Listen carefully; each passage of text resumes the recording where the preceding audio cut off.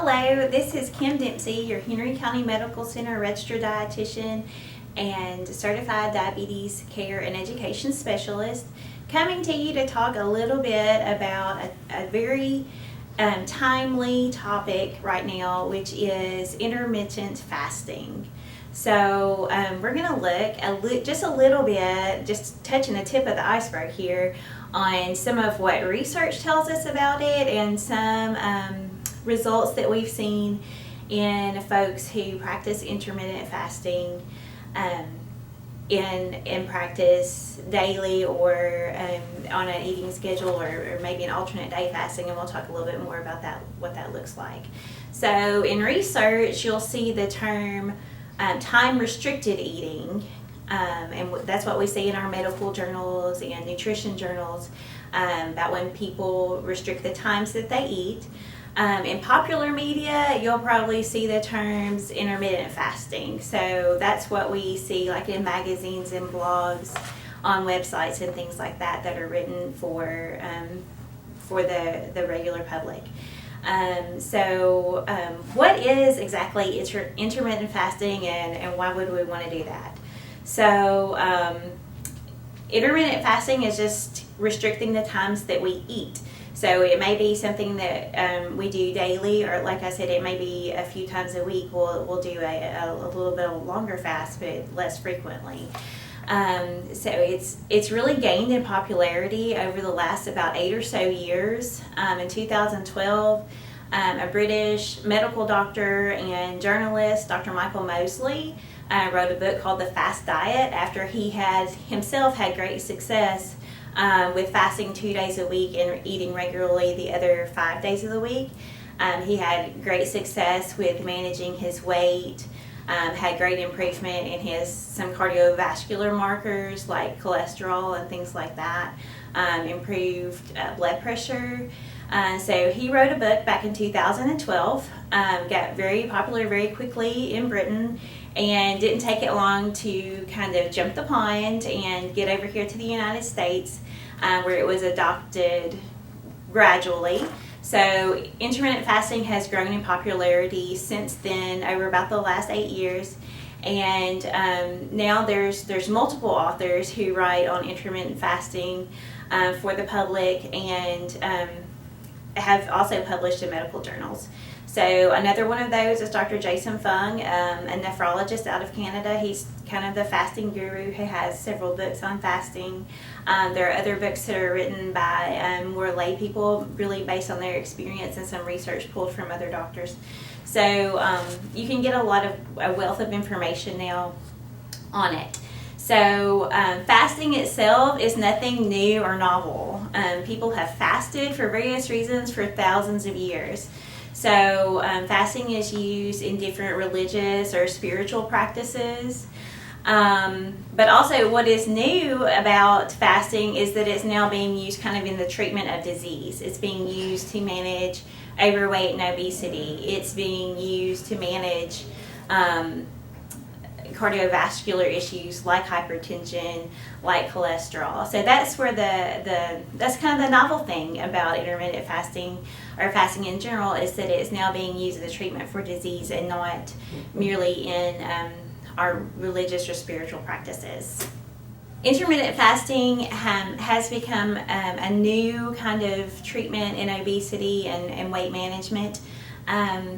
Basically because it addresses some of the hormonal issues tied to overweight and obesity. So in the last several years of obesity research, we've learned that really kind of a lot of what we used to think about treating obesity was just wrong.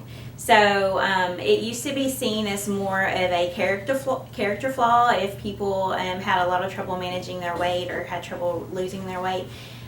Even though they were doing everything they were supposed to do, or we thought they were supposed to do, counting calories and weighing and measuring foods and increasing their exercise and all of those things. What we've learned now over the last several years is that it's not always about calories, that all calories don't impact weight loss the same. and that it's really not about gluttony or sloth or any of those things. You can do all the right things and still not have success with weight loss simply because of the different hormonal factors. One of the most important among those is insulin. A lot of people, even though they understand that insulin is the hormone that pushes our blood sugar or glucose into our cells to feed them, what they may not realize is that insulin is a fat storage hormone. So the more insulin we have running around in our system, the more difficult it may be for us to lose weight. So one way that we can lower our circulating insulin is by intermittent fasting. So that's one of the reasons that intermittent fasting produces such reliable and remarkable results in people who use it for weight management, and even people who use it for the treatment of early type 2 diabetes or prediabetes. Most people can safely practice intermittent fasting, but there are some folks who absolutely should not fast. So those would include women who are pregnant or breastfeeding, people who have a history of eating disorders like anorexia nervosa or bulimia should not practice fasting, and people who are children or are under the age of 18. Others who probably can fast but would need medical supervision would be people with serious diseases or chronic diseases like heart disease, type 1 and type 2 diabetes. Possibly the biggest benefit to intermittent fasting is what is known as autophagy. So that is just kind of the cleanup of cellular junk. So as cells kind of get to the end of their respective lifespans, depending on what types of cells they are, they might put out kind of waste products or break down their organelles, the little parts inside the cells. So as those things start to happen, autophagy is a process. It actually means, if we look at the root words, is to eat oneself. So, if we can induce autophagy in our cells, it gets rid of those broken or dying cell parts without having to replace the whole cell. So that process itself has been thought to reduce incidences of cancer as well as the neurodegenerative diseases like Alzheimer's and Parkinson's. So how can or should we fast? So it really is very individualized. Some people do very well with daily eating windows, so they would fast for say 14 or 16 hours of the day and eat all their food within a 10 or 8 hour window. Those are very popular.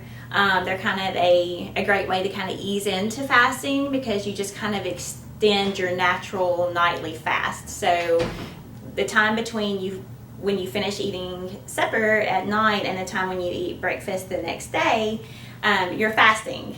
You're sleeping for a lot of it, but you're also fasting because you're not eating. So if we just kind of extend those hours, that's how a lot of people kind of get started with intermittent fasting, and then gradually work to extend those fasting windows and shorten their eating windows. Another popular method is the alternate day fasting, or like the book that Dr. Mosley wrote, his was a 5-2 schedule, fast 2 days a week, eat 5. Some people would fast 3 days a week and eat 4.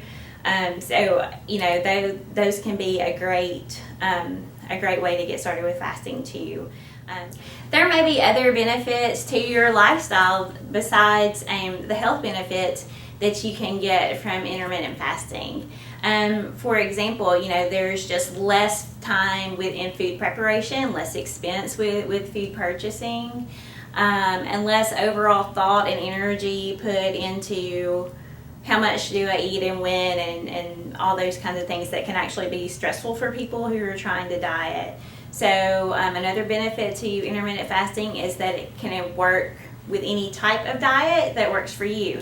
So if you prefer to eat a vegan diet, you can still do intermittent fasting. If you prefer more of a paleo type diet, you can still do intermittent fasting. So any type of diet that you prefer, can work with intermittent fasting. You don't have to buy special food. You can do it basically anywhere. So there are lots of benefits to the lifestyle. If you are interested in intermittent fasting as a means to improve your health markers or manage your weight, ask your primary care provider for a referral that can be faxed to me at 731-644-8488.